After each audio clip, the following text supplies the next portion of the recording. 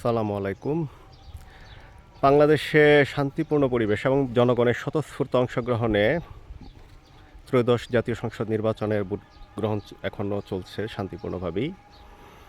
গতকালকে আওয়ামী লীগের একজন স্বৈরাচারী হাসিনার একজন সংসদ সদস্য ফেসবুক লাইভে সবাইকে বলছিল এটা পাতানো নির্বাচন, কেউ অংশগ্রহণ করবেন না, যে নির্বাচনে আওয়ামী লীগ নেই সেই নির্বাচন গ্রহণযোগ্য নয়। সেখানে আমি একটা কমেন্টস করছিলাম, বাংলাদেশের ইতিহাসে সবথেকে ভালো ভালো নির্বাচনগুলো উপহার দিয়েছে আওয়ামী লীগ, ইনশাল্লাহ ভোট কেন্দ্রে কুত্তা ঘুমাবে না।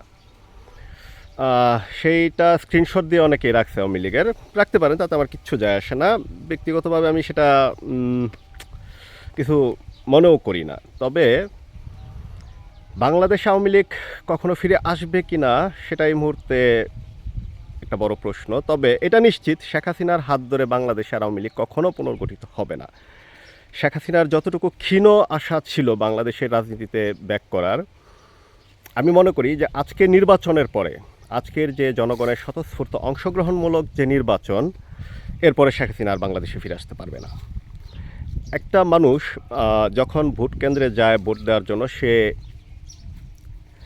যে প্রতীকে ভোট দেখ না কেন, সেটা সে একটা উৎসবমুখর পরিবেশে মানে আমি নিরাপত্তা, কোনো ঝুঁকি থাকবে না, নিরাপদে আমি আমার ভোট আমার পছন্দ মতো প্রার্থীকে দেব। ফলাফল পরবর্তীতে ইঞ্জিনিয়ারিং হয় কি হবে না, কি হবে না হবে, সেটা হচ্ছে ভিন্ন বিষয়। এই মুহূর্তে সেটা বলা যাচ্ছে না, এই মুহূর্তে সেটা বলাটা ঠিকও না। কিন্তু মানুষ ভোট দিতে পারতেছে, ভোট কেন্দ্রে যাচ্ছে এবং ভোট দিতে পারতেছে।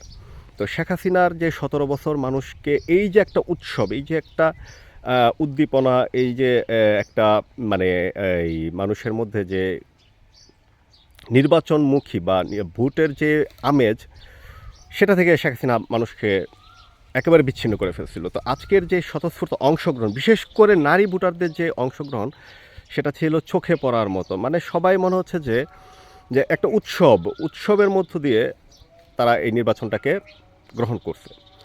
আমি খুব মানে দৃঢ়ভাবে বলতে চাই যে নির্বাচনের ফলাফল যাই হোক না কেন, মানুষ এই নির্বাচনকে গ্রহণ করছে, মানুষ এই নির্বাচনে স্বতঃস্ফূর্ত অংশগ্রহণ করছে। ডক্টর মোহাম্মদ ইউনূস সাহেবকে ওনার অনেক ব্যর্থতা সমালোচনা করাই যায়, তবে এই জন্য উনি ধন্যবাদ অবশ্যই ওনাকে দিতে হবে যে এখন পর্যন্ত উনি ওনার কথা রাখছেন যে একটি সুষ্ঠু নির্বাচন, বাংলাদেশের ইতিহাসের নজিরবিহীন একটি নির্বাচন তিনি উপহার দিবেন। আমি মনে করি এখন পর্যন্ত নির্বাচনী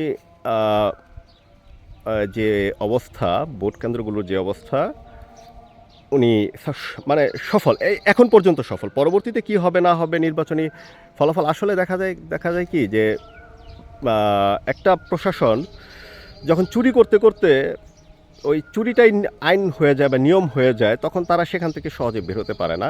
তো বাংলাদেশে 17 বছর ইঞ্জিনিয়ারিং করতে করতে, ইলেকশন ইঞ্জিনিয়ারিং করতে করতে, নির্বাচন কমিশন বলেন, প্রশাসন বলেন, ওই ধরনের একটা কালচারে তারা দীর্ঘদিন অভ্যস্ত। এখন সেখান থেকে বের হয়ে ফলাফলটা কতটুকু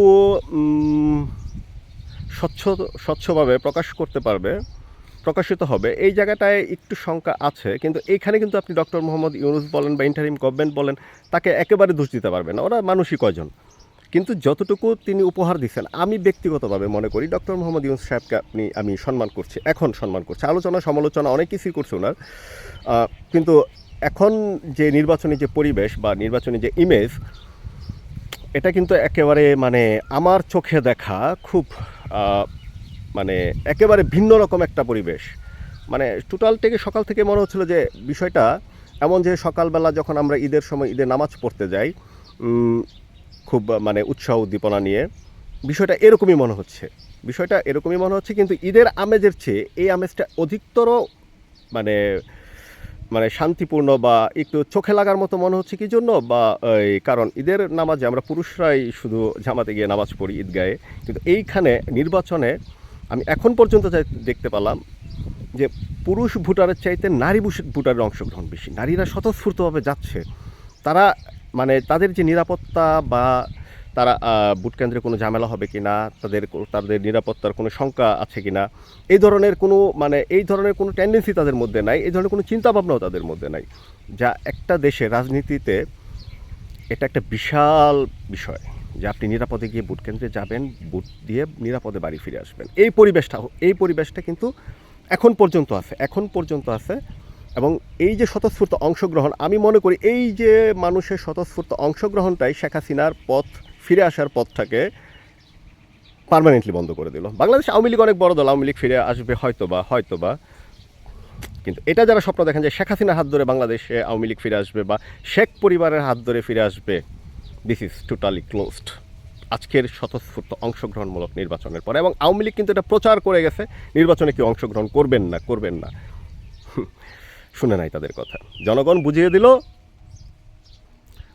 আমরা তোমাদের সাথে নাই। এবং ভবিষ্যতে যদি আওয়ামী লীগ আবার ব্যাক করে শেখ হাসিনা বাদ দিয়ে অন্য কারো হাত ধরে, আমি মনে করি যে কট্টরপন্থী অমানুষ কিছু আওয়ামী লীগ আছে না, ওইগুলা ছাড়া সাধারণ মানুষ আওয়ামী লীগের সাথে আর যাবে না। কারণ আওয়ামী লীগ মানুষের যে এই যে সুখের ইমেজ বা নির্বাচনের যে ইমেজটাকে, সেটাকে সম্পূর্ণরূপে একেবারে ধ্বংস করে দিছিল। তো ধন্যবাদ। নির্বাচন আশা করি এখন পর্যন্ত সব ঠিক আছে, ফলাফলটা সুষ্ঠুভাবে সুন্দরভাবে প্রকাশ পাবে।